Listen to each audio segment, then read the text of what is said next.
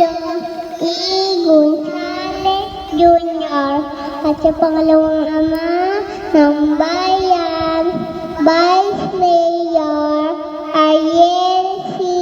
Valderrama at sa sangguniang bayan, mga pinuno ng barangay ay Ginang Marcos Carlos, pinuno ng MSWD,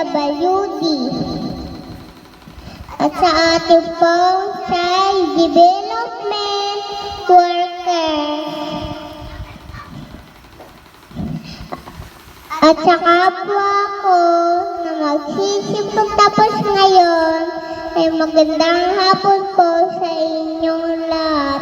Ako at Batang Likan na Balagtas na magsisipag tapos ngayon ay taos-pusong nagpapasalamat sa inyong gagawin.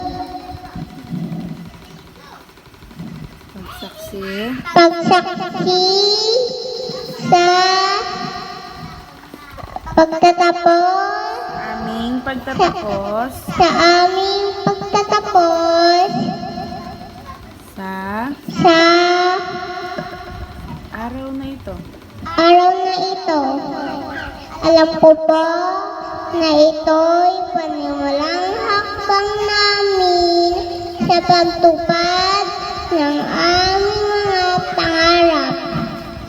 Sa aming pong mga magulang, lolo't lola na patuloy na gumagabay sa amin, ang hiling namin, huwag po kayong magsawang gabayan at gastusan kami hanggang makamit namin ang aming mga pangarap. Pagpalain po tayong lahat ng buong may kapal. Maligayang pagtatapos po.